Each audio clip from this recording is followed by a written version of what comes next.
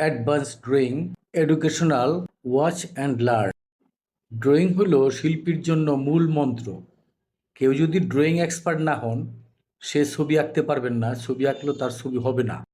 এখন আমরা কেন পরিবেশন করি আমাদের জীবনের অভিজ্ঞতা, ড্রয়িং আমরা কতটুকু আগালাম, এটা যারা নিচের দিকে আছে, পড়াশোনা করতেছে, তাদের দেখার জন্য, শিখার জন্য।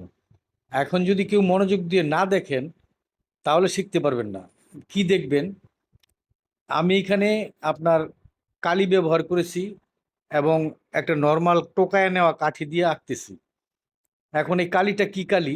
সেটা হলো আপনার দোয়াত কালি। আমরা পূর্বে এই ঝর্ণা পেন দিয়ে দোয়াত কলম দিয়ে লিখতাম, সেই কালি। এই কালিটা পাকিস্তানের, আমার আপনার মডার্ন থেকে কিনা, নিউ মার্কেটে। তো এই কালিটা কি আপনারা নিয়ে নিবেন এবং এরকম কাঠি টোকায় নেবেন আর নর্মাল কাগজ দিবেন, যেই কাগজ নেন সেটাতেই হবে। এটা দেখেন একটা বাচ্চাদের একটা খাতা, আমি এটাতে আঁকতেছি।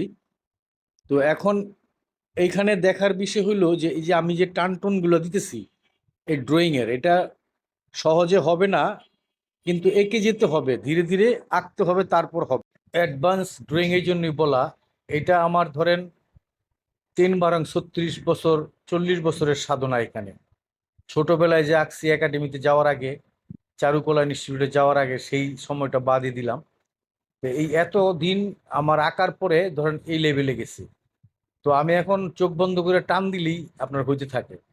এই আমার টানগুলো দেখেন কিভাবে দিই আমি। এইখানে মনে হয় যে আমার উপরে সৃষ্টিকর্তার সাথে একটা রিলেশন তৈরি হয়। আমি মডেলটা দেখি আর হাত ঘুরাই এইখানে, মানে আমার মনে হয় যে আমি এখন যেভাবে করি সেটা অটো হইতে থাকে আমার। তো আপনারা ভয় পাবেন না, আপনারা করতে থাকেন, করতে করতে আপনাদেরও হয়ে যাবে। আর ওই পোর্ট্রেট মিলার চিন্তা করেন না, পোর্ট্রেট এমনি মিলে যাবে। দেখেন এই যে বাচ্চারা পোর্ট্রেট এমনি মিলে গেছে। এত অ্যাডভান্স ড্রয়িং, ধরেন ডক্টরেট লেভেলের কাজ, তারপরেও আপনার এই দেখেন যে মিলে গেছে।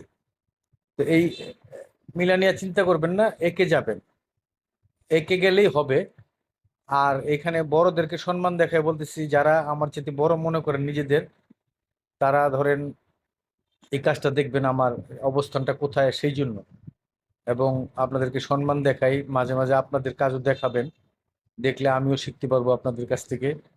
আর যারা চারুকলা ইনস্টিটিউটে পড়েন বা পড়তে যাবেন বা পড়তেছেন অনার্স লেভেলে, প্রি ডিগ্রি লেভেলে, তারা দেখবেন হলো ভবিষ্যতে এইটুকু আগানোর জন্য।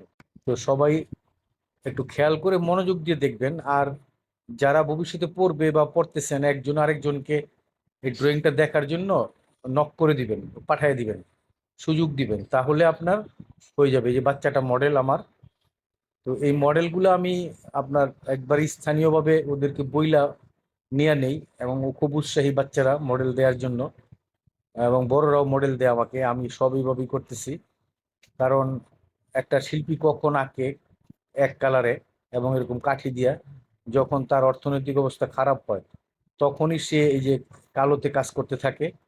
এবং কালোতে কাজ করা আসলেই কঠিন।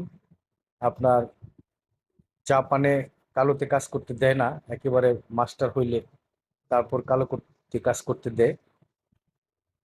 এখন আপনার ড্রয়িং গুলো দেখবেন, আপনার এই যে চোখের ড্রয়িং, এই যে কানের ড্রয়িং আমি করতেছি, তারপরে যে মুখের ড্রয়িং, এগুলা আগে তো পেন্সিলে ড্রয়িং করবেনই, পেন্সিলে করার পরে কিছুদিন পেন্সিলে করার পরে আপনার আস্তে আস্তে আপনার এরকম কালিতে ড্রয়িং করবেন, কুইক ড্রয়িং।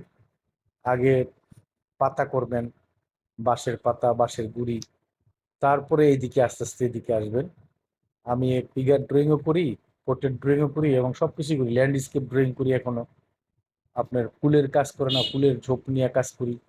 এগুলো আমার এই যে আপনার ফেসবুকে এই মোহাম্মদ শাহাবুদ্দিন পেজটাতে খুঁজলেই পাবেন।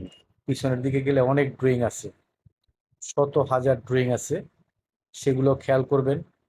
আমার বিভিন্ন প্রাণীর ড্রয়িং আছে। তবে জীবিত প্রাণী আঁকা খুবই কঠিন, এটা মাথায় রাখবেন সবাই। জীবিত প্রাণী আপনার আঁকতে গেলে ওরা নড়াচড়া করে, নইড়ে যায়, যার জন্য ও খুব কুইক ড্রয়িং করতে পারলে আপনার একেবারে সব প্রাণী ড্রয়িং করতে পারবেন। ওরা অল্প একটু সময় দেয়, ওই সময়ের মধ্যে ওদেরকে নিয়ে নিতে হয়। আর ফটোগ্রাফি দেখে আমি কাজ করি না, ফটোগ্রাফি দেখে আমার কাজ করার অভ্যাস নাই। আমি ওই ফাঁকিতে যাই না যে আপনাদের আড়ালে আমি ফাঁকি দিলাম। ফটোগ্রাফি দেখে আমি কাজ করি না, কোনো কাজই না। তা আমি আমার মতো আছি একেবারে, চারুকলায় ভর্তি হয়েছি 88-এর সেই সময় থেকে। আমি আমার মতো নিজেকে সরল জায়গায় রেখে, বিশ্বস্ত জায়গায় রেখে আমি কাজ করি। সব সময় আমি এই নেচারে গিয়ে আউটডোরেই কাজ করি, সেটা জল রং হোক বা তেল রং হোক বা এই যে ড্রয়িং হোক, আমি নেচারে বসে বসে কাজ করি। সেটা আমার ধরেন আমি একেবারে পরম নিজের উপরে নিজে সত্তাটা ঠিক রেখে আমি আউটডোর স্টাডি করি। কারণ আমি যদি ফটোগ্রাফ দিয়ে কি করলাম, তাহলে তো ওই যে ওই ক্যামেরার কাছে আমি হার মানলাম। ক্যামেরা তো হয়েই গেছে, তাহলে আর ছবি আঁকা দরকার কি? আর এই আপনার ছবি দেখে কাজ করলে এই লেভেলে যেতে পারবেন না। কারণ এই যে কুইক যে বিষয়টা, ওইটা প্রাণীর নড়াচড়া এবং শিল্পীর তাড়াতাড়ি আঁকার ইচ্ছা থেকে হয়। ধন্যবাদ।